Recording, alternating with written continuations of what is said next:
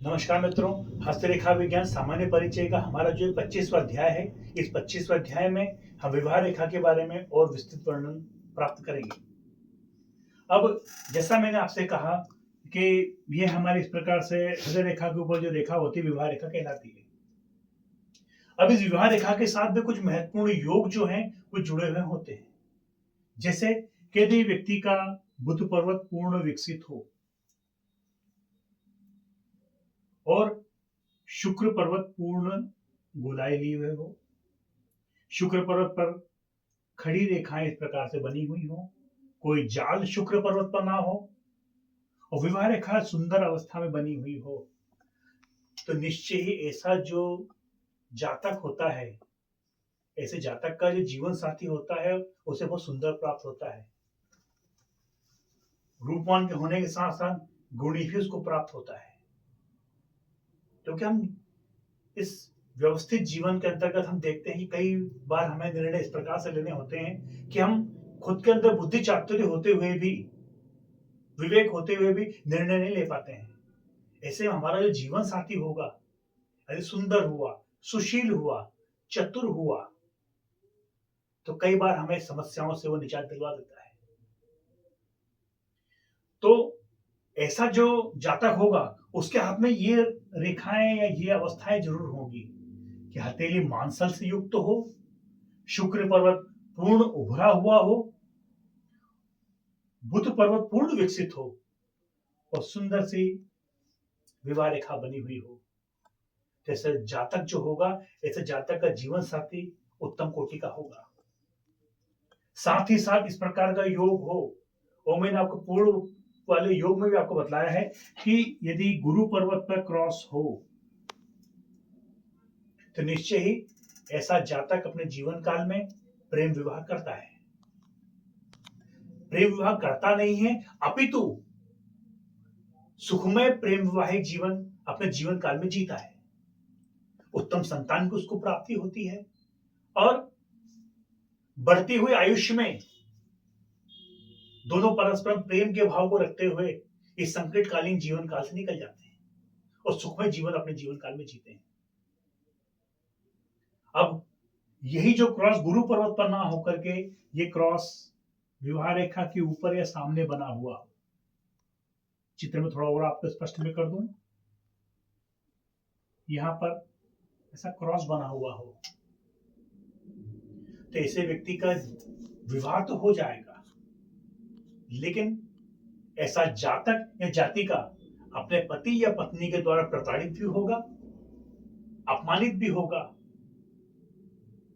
ऐसे जातक जातिकाएं जिनके हाथ में इस प्रकार की रेखा यदि है, विवाह रेखा के ऊपर क्रॉस बना हुआ है, तो ऐसा व्यक्ति समाज में तो अच्छा व्यवहार करता है, लेकिन अपने पति या पत्नी के अंदर, या यूं कहूं कि द्वेषपूर्वक व्यवहार अपने पति या पत्नी के रूप में जातक की जातिकाएं रखते हैं और समाज में सम्मानित होने के बावजूद भी उनका वैवाहिक जीवन जो है वो कष्ट में बीतता है। अब यदि यह विवाह रेखा ऐसे ऐसे टूट करके 2-3 हिस्सों में बनी हुई हो, इस प्रकार से विवाह रेखा टूट टूट करके बनी हुई हो, तो ऐसे जातक का जो वैवाहिक जीवन जो है इन्हीं रेखाओं के माध्यम से स्थिर नहीं होता है। यदि ऐसा हाथ किसी स्त्री का हुआ और इसी प्रकार की विवाह रेखाएं टूट टूट कर बने रहे तो उसके जीवन में कई पुरुषों का समावेश उसके जीवन काल में होता है, और यही पुरुष के हाथ में इस प्रकार की विवाह रेखाएं हैं तो कई स्त्रियों से ऐसा व्यक्ति संपर्क में रहता है। पर संपर्क में रहता है और अपमानित अपने जीवन काल में होता है, क्योंकि विवाह रेखाएं तो बनी हुई हैं, प्रेम रेखाएं तो हाथ में हैं, लेकिन वे सभी खंडित अवस्था में हैं। अर्थात समय समय पर आयु के अन्य अवस्थाओं में प्रेमिकाएं उसके जीवन काल में बनती हैं और अपने जीवन काल में कष्ट में जीवन जी करके ऐसा व्यक्ति अपना जीवन गुजारता है। अर्थात प्रणय संबंध होने के बावजूद भी अपने जीवन काल में सुखमय वैवाहिक जीवन ऐसा व्यक्ति नहीं जी पाता है। अब विवाह रेखा पे इस प्रकार के साथ में कुछ चतुर्भुज जैसी रेखा बन जाए, विवाह रेखा के साथ में कुछ चतुर्भुज बन जाए, तो चतुर्भुज 4 रेखाओं से बनी हुई एक आकृति होती है।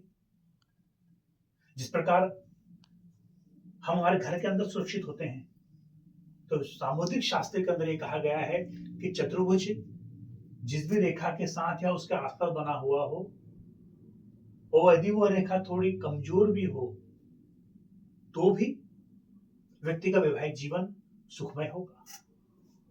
अर्थात जो उसका जीवन साथी होगा, वो उसके हमेशा हेल्प करने वाला, सहायता करने वाला आपको जीवन काल में प्राप्त होगा। अब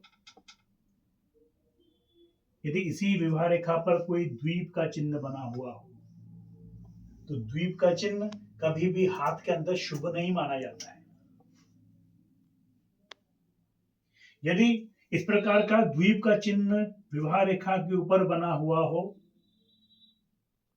तो ऐसे व्यक्ति का या ऐसे जातक का कभी भी विवाह अपने जीवन काल में नहीं होता है।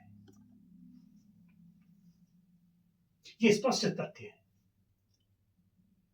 कई बार लोग मेरे पास हाथ दिखाने के लिए आते हैं जिनका विवाह नहीं होता है, तो अधिकतर लोगों के हाथ में इस प्रकार की द्वीपनुमा आकृति उनकी विवाह रेखा पर मैंने देखी है। और अपने ये जो 15 साल का जो मेरा अनुभव है, इसमें कई लोग मेरे पास ऐसे आए जिनका विवाह नहीं हुआ था, ये विवाह में अड़चने थी, तो सबके हाथों में इस प्रकार के योग मैंने परिलक्षित अवश्य देखे। तो हमने इस 25वें अध्याय में इस विवाह रेखा के बारे में कुछ अन्य तथ्यों के बारे में हमने जाना। आगे आने वाला जो अध्याय है, इसमें विवाह रेखा संबंधित और जो अन्य महत्वपूर्ण योग हैं या अन्य घटनाएं किस प्रकार से घटित होंगी, इसके बारे में हम चर्चा करेंगे। तब तक के लिए भैया जय श्री राम।